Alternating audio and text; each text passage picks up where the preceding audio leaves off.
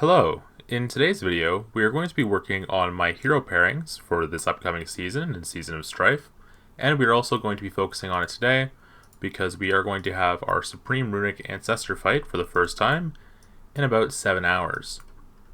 I am planning on live streaming this event, and that live stream will go live at 3 UTC or 11 Eastern.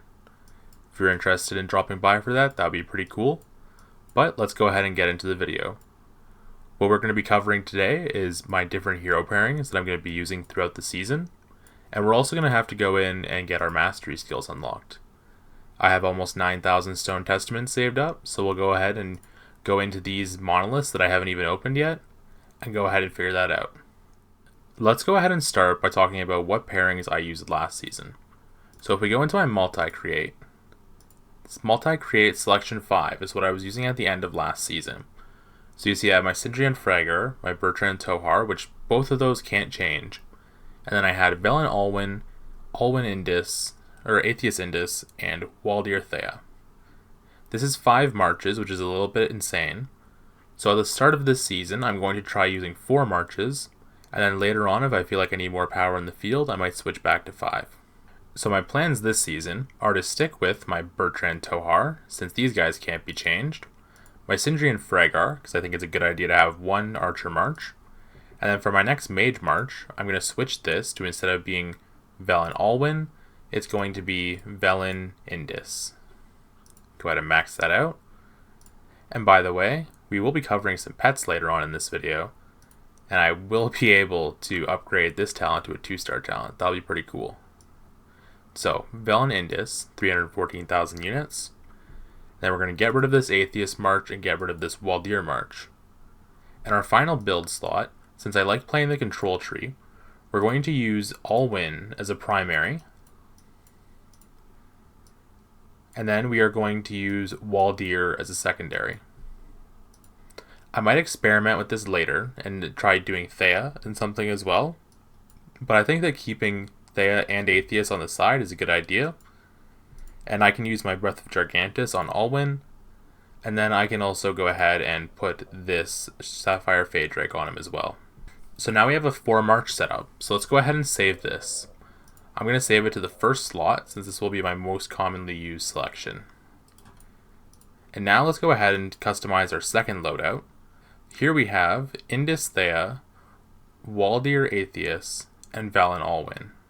I was a fan of what I was running last season, so I think again I'm going to run Atheist with Indis, and I'm going to do this with the Breath of Gigantus, and I'm going to do it with a Sand Lizard.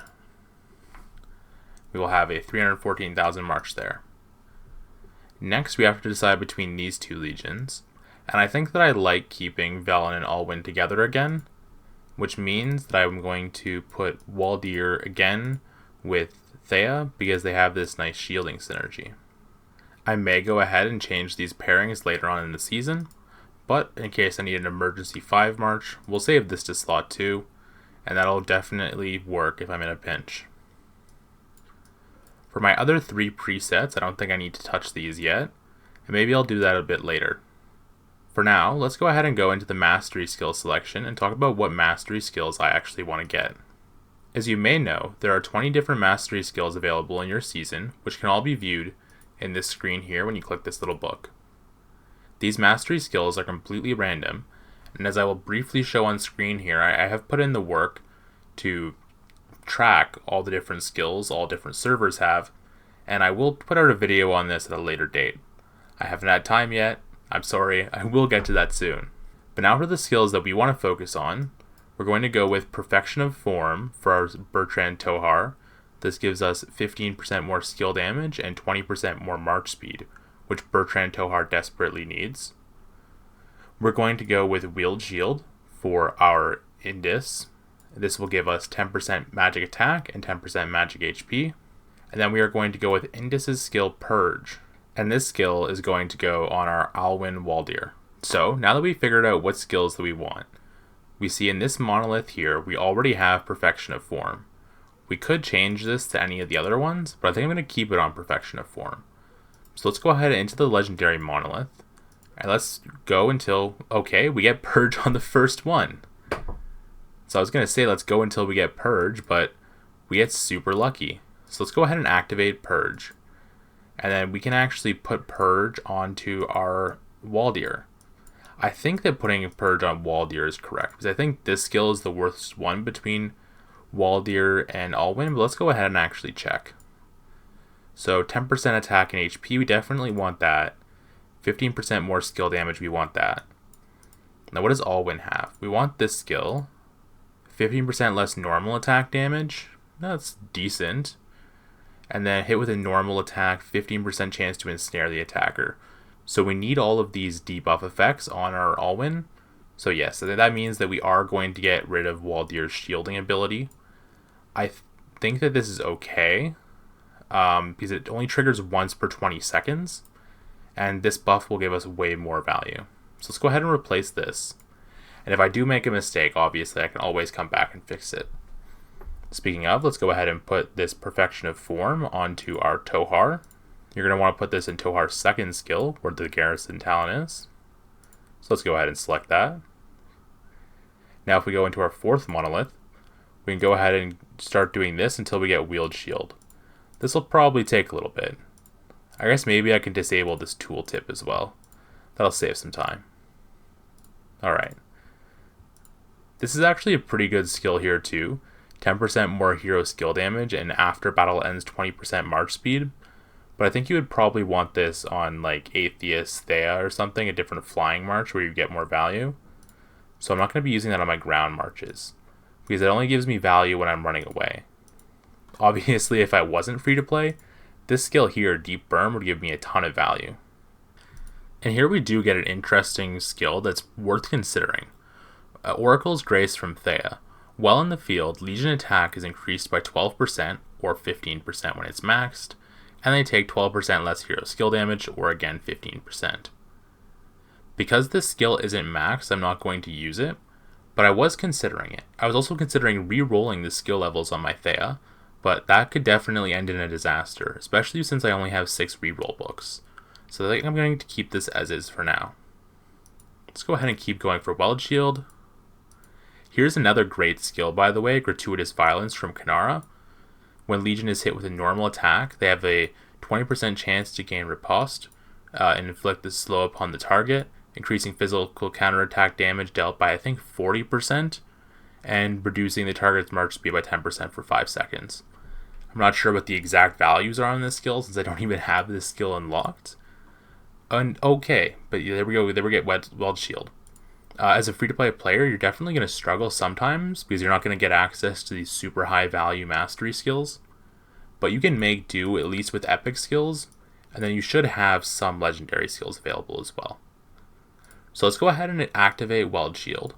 And then what we can do is we can go ahead and we can put this on our Indus. We're going to put this in place of Indus's Gathering skill right here.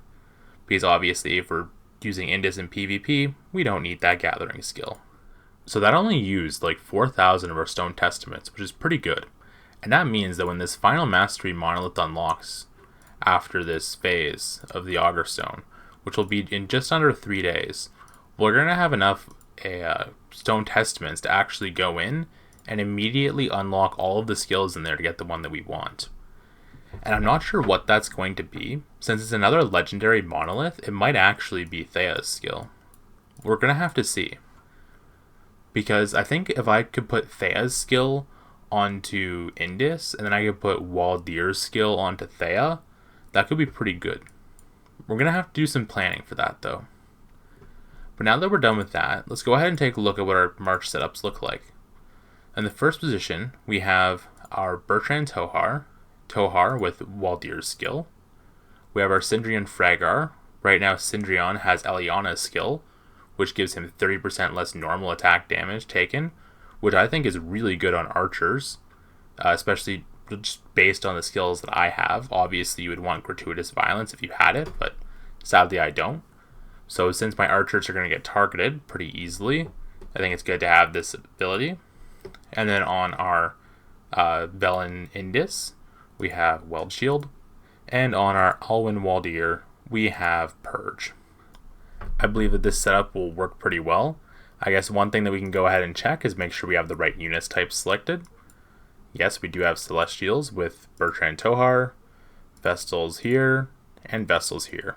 So this is all good. Let's go ahead and send out these marches. So when we're 4 marching in the field, this is what we will be using. I'm excited to use the Viola's bow on my Sindrion Fragar, because I think that I can use this to do some targeted skill shots on some infantry legions. That way I can stop them from using their artifact skill. And if I can do that, that would be really cool. But now, let's go ahead and take a look at my talents, just in case you're wondering. We're here now on the talent page, and so we're going to go ahead and look at my Waldir, Velen, Sindrion, and Alwyn talents. I do want to point out that of these talents, I don't think I made any of them. I may have altered them slightly, but I believe that they're mostly copied from other people. Unfortunately, I don't remember exactly who they're copied from, but I don't think anyone really minds people copying builds. I just don't want to claim these as mine. So here my Bertrand Tohar, we have a build that goes in for the defense break, which I think is pretty good. I believe there's a defense break up here as well, but getting this iconoclasm over here for the extra hero skill damage seems more valuable than getting the double defense break. And so if you want to copy this talent tree, I'll leave it on screen here for a few seconds, and then we'll go ahead and move on to Velen. Here we are now on Velen, and I'm a massive fan of this skill over here, Reticent, which has a 20% chance to silence the enemy legion from casting rage skills for 2 seconds. This might not seem like a lot, but personally I'm a fan of playing a control build, so this is what I like going for. I also went for this skill in the middle, which increases the damage dealt by my legion up to 3%, which is pretty cool, and I'm normally in battle for 30 seconds, so I tend to get maximum value from this. Again, if you would like to copy this build, I will leave it up on screen for a few seconds, then we will move on to Sindrion. Personally, I don't think that I would recommend copying my Sindrion build, because it has very low march speed, since I didn't go over here and grab this march speed. But this is the Sindrion build that I use both for behemoths and for fighting in the open field. So if you want something that's versatile and goes all in on the precision tree, I think this is a pretty good choice. There could be options for going for some of these other skills. However, that's not something that I've looked too far into, but I do believe that my setup here is pretty decent. I wouldn't really recommend copying this build, since this is just something that I use personally, but if you would like to, it is on screen here for a few more seconds. And now finally, let's go ahead and switch over to Alwyn. Alwyn here does also go into the control tree and grab Reticent, but instead it goes into the magic tree. I'm going to be honest, I haven't looked at my talents here in my Alwyn for a while, so after some testing in PvP, I might have to go ahead and change his talents. I'm not sure why I only have 8 points in march speed. That's something I'm going to have to figure out as I fight again, because I haven't fought in several months. And then I will make another video once I figure out what I actually want to do with my talents going forward, especially when I start using 5 marches again. I'll go ahead and leave this talent tree on screen here for a couple more seconds, just in case you're curious. But I don't think this is the greatest, let's be honest. Now let's go ahead and talk about artifact levels. In order to do that, we are going to recall our legions to the city and take a look at my artifacts. As you can see, most of the artifacts that I'll be using will be 6 stars, including the Mirage Orb and the Infernal Flame. But we do need to get Breath of Gargantus up to 6 stars, so let's go ahead and do that. We do have plenty of these emblems available, and we also have some of these Universal Legendary Ascension emblems, which we will go ahead and use. So let's scroll back up, and then we can go ahead and upgrade our Breath of Gargantus to 6 stars. Personally, I might be using Springbird Feather at some point, so we are going to throw the, the Lucia's Horn and the Dragon Rift into this artifact in order to 6-star it. And there we go, it ain't much, but it is 1% more damage dealt. Is it worth 4 legendary emblems? Maybe not, but hey, we've got it at least now. And now that my 4 primary artifacts are ready to go, we actually do have one more artifact that we need to be concerned about real quick. And that's this artifact, the Staff of the Prophet. The Staff of the Prophet is a pretty cool artifact for some tactical plays. So what we're going to go ahead and do is we're going to go ahead and star this guy up. You can do that by using your mouse wheel over here if you're on PC to level it up really quickly. And there we go, we can do it all in one click. Very nice. We are now at max level on our artifact. And we can do one more thing here as well, and that is that we can go ahead and star it up. So we'll take it to 2 stars. And then we'll take it to 3 stars. And then we will take it to 4 stars. This does actually give quite a lot of HP as well, which is nice. 17% HP is definitely nothing to laugh at. Now we will ascend it to 5 stars as well. And we don't quite have the emblems in order to ascend it to 6 stars. However, if we find that this artifact will continue to be useful, I may consider using it. But however, this would only give me 1% more damage dealt, and it would be on my weakest march. So I'm not sure if that's worth it. I might have to talk about that with some other people. But now, we are definitely good to go on the artifact front, so that means that we have one thing left to check out, and that's our war pets. So here we are in our pet sanctuary, and it's time to start looking at our war pets. So, for starters, let's take a look at our Night Rock. I haven't spent any time upgrading this guy in a while. However, I think that the skills are in decent spots.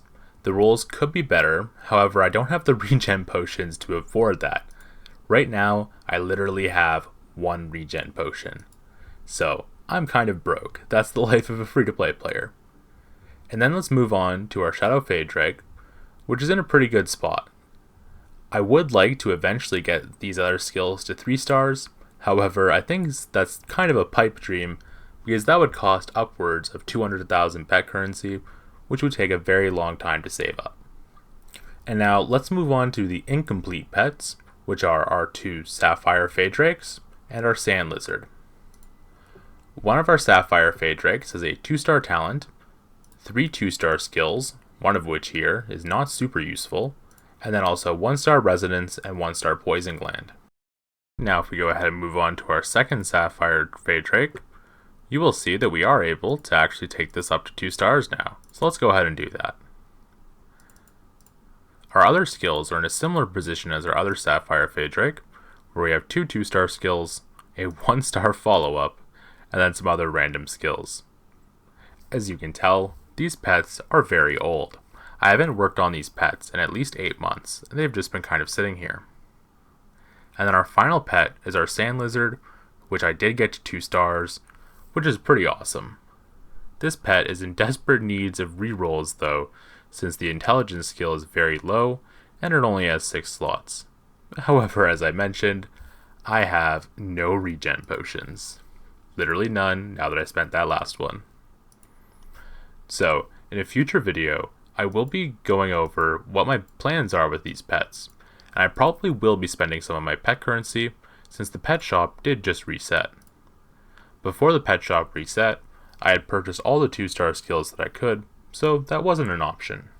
I just wanted to hop into the pet enclosure to show you what my pets are looking like, and so that we can use this as a reference in a couple of months when they are much better. Now that my account is in a very good spot, especially my artifacts since I did the Forge of Light last season, I can start to focus more of my time and energy into my war pets. So hopefully in a season or 2, my war pets will be in an amazing spot, especially by the standards of a free-to-play player. I hope that you enjoyed this brief video on me going over my plans for my multi-select legions in this upcoming KVK. And I hope that you're looking forward to the fighting, because I know that I am as well. As I did mention at the start of this video, we will be having a fight here at the Supreme Runic Ancestor statue at around 3 UTC. I will start streaming that at 3 UTC as well, or perhaps slightly beforehand. And yes, this should be a lot of fun. This will be the first PvP I've done all season.